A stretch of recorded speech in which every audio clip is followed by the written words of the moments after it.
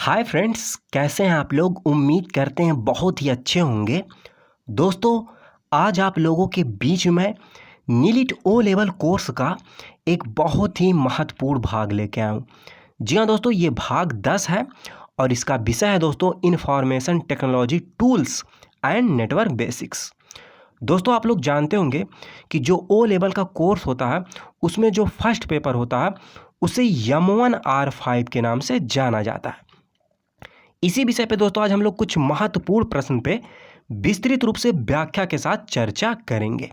जो मेरे दोस्त इस चैनल पे नए हैं और ओ लेवल की तैयारी कर रहे हैं या करना चाहते हैं, मेरे चैनल पे जाके ओ लेवल से संबंधित और भी महत्वपूर्ण वीडियो देख सकते हैं। चलिए दोस्तों, M1R5 को स्टार्ट करते हैं। दोस्तों, प्रश्न 1 आप लोगों की स्क्रीन पे ये रहा। यहाँ पे आप लोग देख सकते हैं।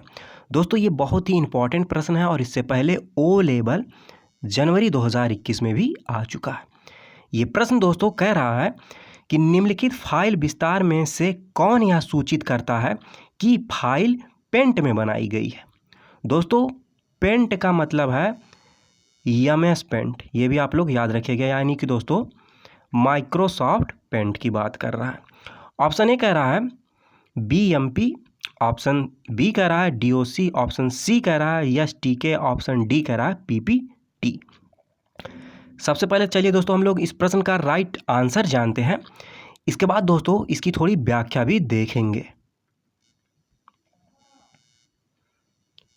जी हाँ दोस्तों, इस प्रश्न का राइट आंसर हो जाएगा ऑप्शन ए, यानी कि BMP। जब भी दोस्तों बात आएगी पेंट की, यानी कि MS पेंट की, तो दोस्तों उसका एक्सटेंशन होता है BMP। आप लोग याद रखिएगा, बहुत ही इम्पॉर्टेंट है। चलिए दोस्तों, अब हम लोग थोड़ा BMP को थोड़ा विस्तृत रूप से समझते हैं। दोस्तों, प्रश्न 1 की व्याख्या आप लोगों की स्क्रीन पे ये रही, आप लोग यहाँ पे देख सकते हैं। इसके माध्यम से दोस्तों आप लोग सरलतापूर्वक जान जाएंगे कि BMP होता क्या है। यहाँ पे आप लोग दोस्तों देखिए ऊपर, यहाँ पे कह रहा है दोस्तों कि BMP को बिटमैप इमेज फाइल फॉर्मेट के नाम से जाना जाता है। जी हाँ दोस्तों, आप लोग याद रखिएगा कि BMP को बिटमैप कहा जाता है। आप लोग यहाँ पे देख सकते हैं। इसके बाद दोस्तों इसकी आगे व्याख्या है। BMP एक इमेज फॉर्मेट है जिसे माइक्रोसॉफ्ट ने बनाया। जी हाँ दोस्तों, जब कभी भी बात आएगी कि BMP को किसने बनाया है, तो इसको बनाया है माइक्रोसॉफ्ट ने। ये भी आप लोग याद रखिएगा।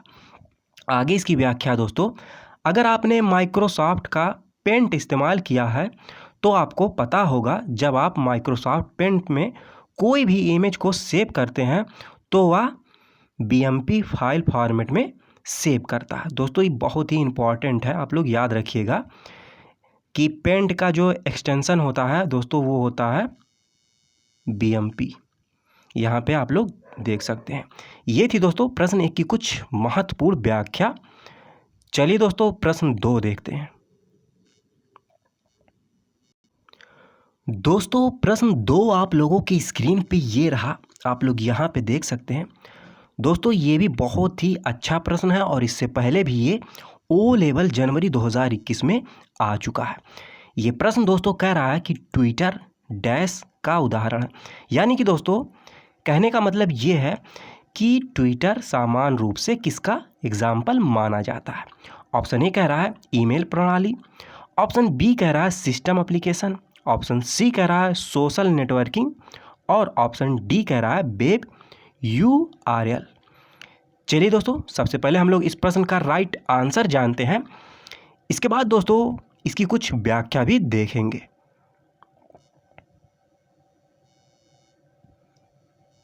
जी हाँ दोस्तों, इस प्रश्न का राइट आंसर हो जाएगा ऑप्शन सी, यानी कि दोस्तों ट्विटर जो है वो सोशल नेटवर्किंग का एग्जाम्पल माना जाता है।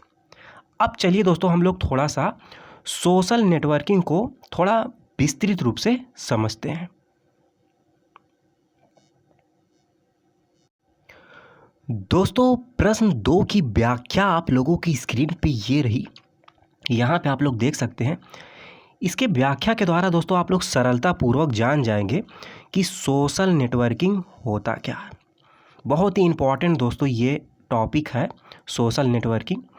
ये कह रहा दोस्तों कि सोशल नेटवर्किंग सेवा को सामाजिक नेटवर्क, यानी कि दोस्तों जब हिंदी की बात होगी तो इसको कहते हैं सोशल नेटवर्किंग सेवा को सामाजिक नेटवर्क कहा जाता है, जो कि ऑनलाइन सोशल प्लेटफॉर्म है।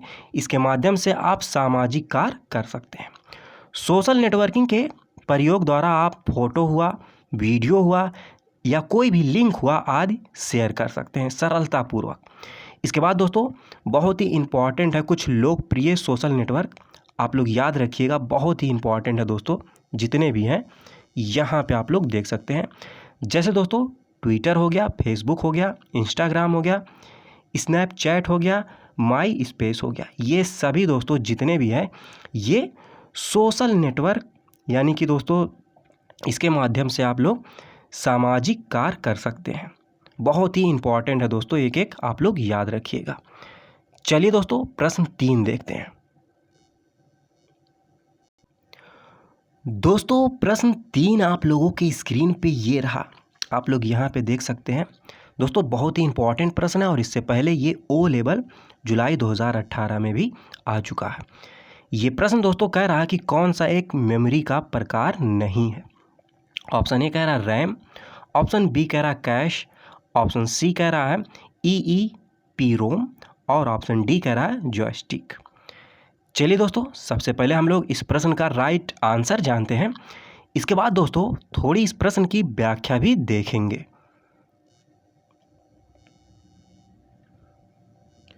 जी हाँ दोस्तों, इस प्रश्न का राइट आंसर हो जाएगा ऑप्शन डी, यानी कि दोस्तों जॉयस्टिक जो होता है वो मेमोरी का प्रकार नहीं माना जाता है। अब दोस्तों ये जॉयस्टिक क्या होता है, चलिए थोड़ी इस प्रश्न की दोस्तों हम लोग व्याख्या देखते हैं। दोस्तों प्रश्न 3 की व्याख्या आप लोगों की स्क्रीन पे ये रही, यहाँ पे आप लोग देख सकते हैं। दोस्तों इसकी जो व्याख्या बहुत ही इम्पॉर्टेंट है और इसके माध्यम से दोस्तों आप लोग रैम क्या होता है, कैश मेमोरी क्या होती है, EEPROM क्या होता है या जॉयस्टिक क्या होता है सरलतापूर्वक जान जाएंगे। सबसे पहले दोस्तों हम लोग रैम को समझते हैं। जैसे दोस्तों ये कह रहा है कि रैम का पूरा नाम रैंडम एक्सेस मेमोरी होता है। रैम रोम दोनों प्राथमिक मेमोरी के उदाहरण माने जाते हैं। प्राथमिक मेमोरी दोस्तों इंटरनल मेमोरी को कहा जाता है, आप लोग याद रखिएगा।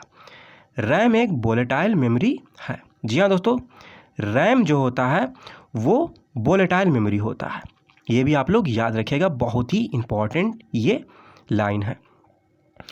इसके बाद आगे इसकी व्याख्या दोस्तों, इसमें डाटा हमेशा स्टोर नहीं रहता है। रैम में दोस्तों डाटा जो है हमेशा के लिए स्टोर नहीं रहता, ये भी आप लोग याद रखिएगा, बहुत ही इम्पॉर्टेंट है। इसके बाद दोस्तों कैश मेमोरी को हम लोग समझते हैं। कैश मेमोरी वे अस्थिर कंप्यूटर मेमोरी हैं जो CPU के बहुत पास में होती है। कैश मेमोरी बहुत ही तेज़ गति वाली मेमोरी मानी जाती है।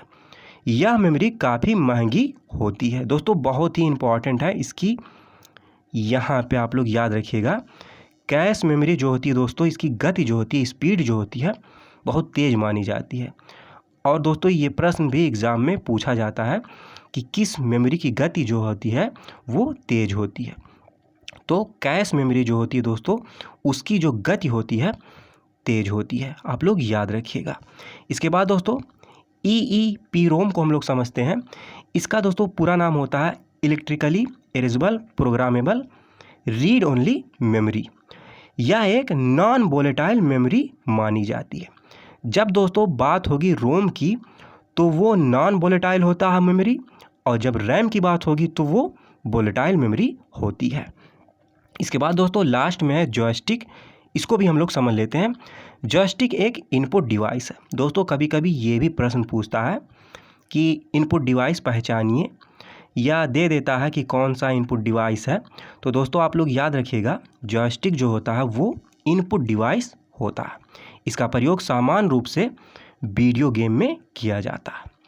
ये थी दोस्तों प्रश्न 3 की कुछ महत्वपूर्ण व्याख्या। चलिए दोस्तों नेक्स्ट प्रश्न देखते हैं।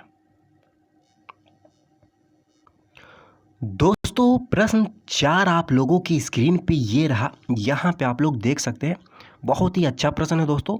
ये प्रश्न इससे पहले ओ लेवल जुलाई 2018 में भी आ चुका है।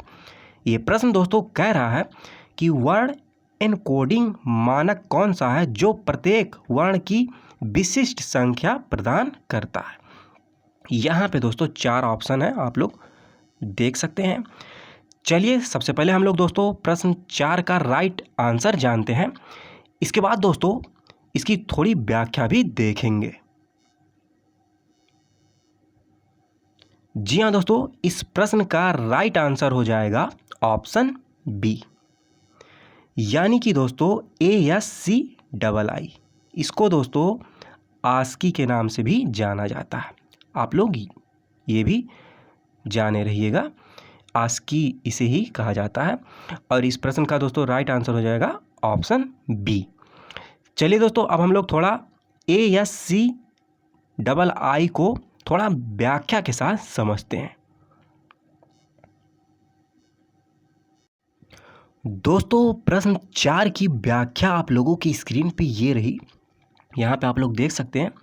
इसके माध्यम से दोस्तों आप लोग जान जाएंगे कि ASCII यहाँ पे दोस्तों आप लोग देखिए क्या होता है। बहुत ही इम्पॉर्टेंट है दोस्तों। ये कह रहा दोस्तों इसे आस्की के नाम से भी जाना जाता है। इसका पूरा नाम American standard code for information interchange है। यह अंग्रेजी वर्णमाला के क्रम के अनुसार व्यवस्थित है। इसमें प्रत्येक अंक, अक्षर या संकेत को 8 बिटों से दर्शाया गया है। कितने दोस्तों, बहुत ही इंपॉर्टेंट है, 8 बिट। ये भी आप लोग याद रखिएगा। और इसका दोस्तों जो पूरा नाम है यहाँ पे आप लोग देख सकते हैं, ये भी आप लोग याद रखिएगा क्योंकि दोस्तों ये भी एग्जाम में प्रश्न पूछे जाते हैं। चलिए दोस्तों प्रश्न 5 देखते हैं। दोस्तों प्रश्न 5 आप लोगों की स्क्रीन पे ये रहा। आप लोग यहाँ पे देख सकते हैं। दोस्तों ये जो प्रश्न 5 है इससे पहले ओ लेवल जनवरी 2021 में आ चुका है। और ये प्रश्न दोस्तों बी पार्ट में आया था, यानी कि दोस्तों जो सेकंड पार्ट होता है लिखने वाला, उसमें ये प्रश्न आया था। और दोस्तों ये प्रश्न कह क्या रहा है, ये देखिए। ये कह रहा है कि अंतर बताएं किसमें दोस्तों, लैन, बैन और मैन में। यहाँ पे आप लोग देख सकते हैं पूछा था दोस्तों इन तीनों में अंतर क्या होता है, लैन, बैन और मैन में। चलिए दोस्तों हम लोग इसका आंसर देखते हैं कि इन तीनों में क्या क्या अंतर होता है। दोस्तों प्रश्न 5 का आंसर आप लोगों की स्क्रीन पे ये रहा। आप लोग यहाँ पे देख सकते हैं। इसके माध्यम से दोस्तों आप लोग सरलतापूर्वक जान जाएंगे कि लैन, बैन और मैन में समान रूप से अंतर क्या होता है। जैसे दोस्तों सबसे पहले हम लोग पॉइंट 1 देखते हैं। इसमें दोस्तों कह रहा है कि लैन का पूरा नाम लोकल एरिया नेटवर्क होता है। दोस्तों ये भी प्रश्न पूछता है फुल फॉर्म, ये भी आप लोग याद रखिएगा। लैन का दोस्तों फुल फॉर्म होता है लोकल एरिया नेटवर्क, बैन का होता है वाइड एरिया नेटवर्क, और दोस्तों मैन का होता है मेट्रोपॉलिटन एरिया नेटवर्क। बहुत ही इंपॉर्टेंट है दोस्तों, इनका फुल फॉर्म आप लोग याद रखिएगा। अब दोस्तों इनका प्रयोग कहाँ होता है, ये भी बहुत ही इंपॉर्टेंट है। सेकंड पॉइंट ये कह रहा है दोस्तों कि लैन का प्रयोग छोटे भौगोलिक क्षेत्रों में किया जाता है। इसके बाद दोस्तों बैन कह रहा है यह एक देश के नेटवर्क को दूसरे देश के नेटवर्क से जोड़ता है। बहुत ही इंपॉर्टेंट है दोस्तों। इसके बाद दोस्तों मैन का, ये भी समझ लीजिए, मैन का प्रयोग दोस्तों सामान्य रूप से शहरों, कस्बों को जोड़ने के लिए किया जाता है। इसके बाद दोस्तों पॉइंट 3 देखिए। लैन की दोस्तों जो गति होती है, स्पीड, वो हाई होती है। बैन की जो होती है दोस्तों वो लो होती है, और मैन की जो होती है दोस्तों वो मॉडरेट होती है। ये भी आप लोग याद रखिएगा। इसके बाद दोस्तों चौथा पॉइंट देखिए, ये भी बहुत ही इंपॉर्टेंट है। लैन का प्रयोग दोस्तों कॉलेज, स्कूल, हॉस्पिटल में किया जाता है। और दोस्तों बैन का प्रयोग कई देशों में एक साथ किया जा सकता है।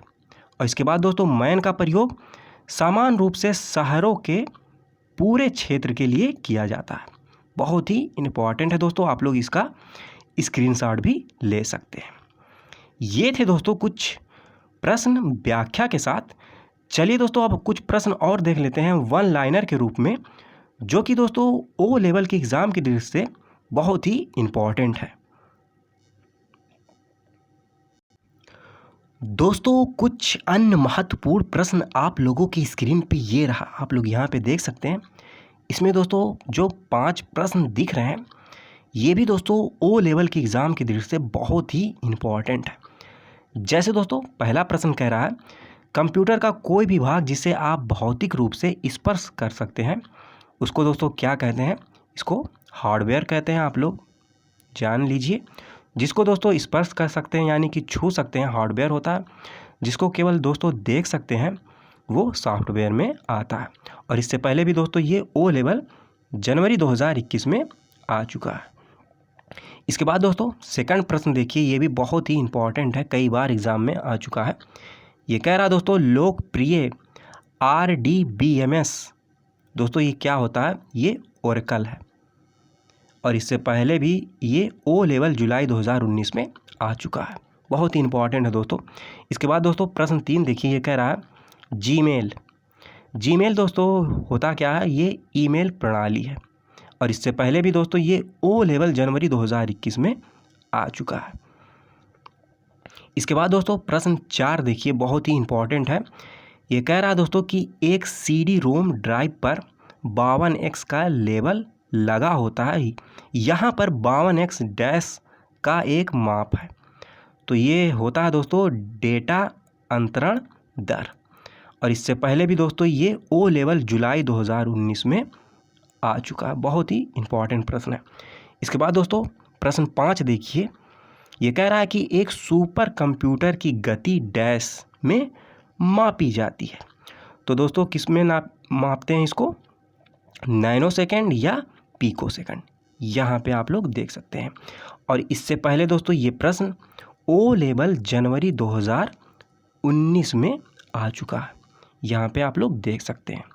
ये थे दोस्तों आज के वीडियो में कुछ महत्वपूर्ण प्रश्न जिस पे हम लोग व्याख्या के साथ विस्तृत रूप से चर्चा किए। यदि दोस्तों वीडियो अच्छी लगी हो तो वीडियो को लाइक करिएगा, अपने दोस्तों के साथ शेयर करिएगा। जो मेरे दोस्त इस चैनल पे नए हैं और ओ लेवल की तैयारी कर रहे हैं या करना चाहते हैं, इस चैनल को सब्सक्राइब कर सकते हैं, क्योंकि दोस्तों मैं इस चैनल के माध्यम से निःशुल्क ओ लेवल की तैयारी कराता हूँ। यदि दोस्तों इस वीडियो में कोई त्रुटि हुई हो तो उसके लिए मैं क्षमा चाहता हूँ। लास्ट तक वीडियो को देखने के लिए बहुत बहुत धन्यवाद, आभार, जय हिंद।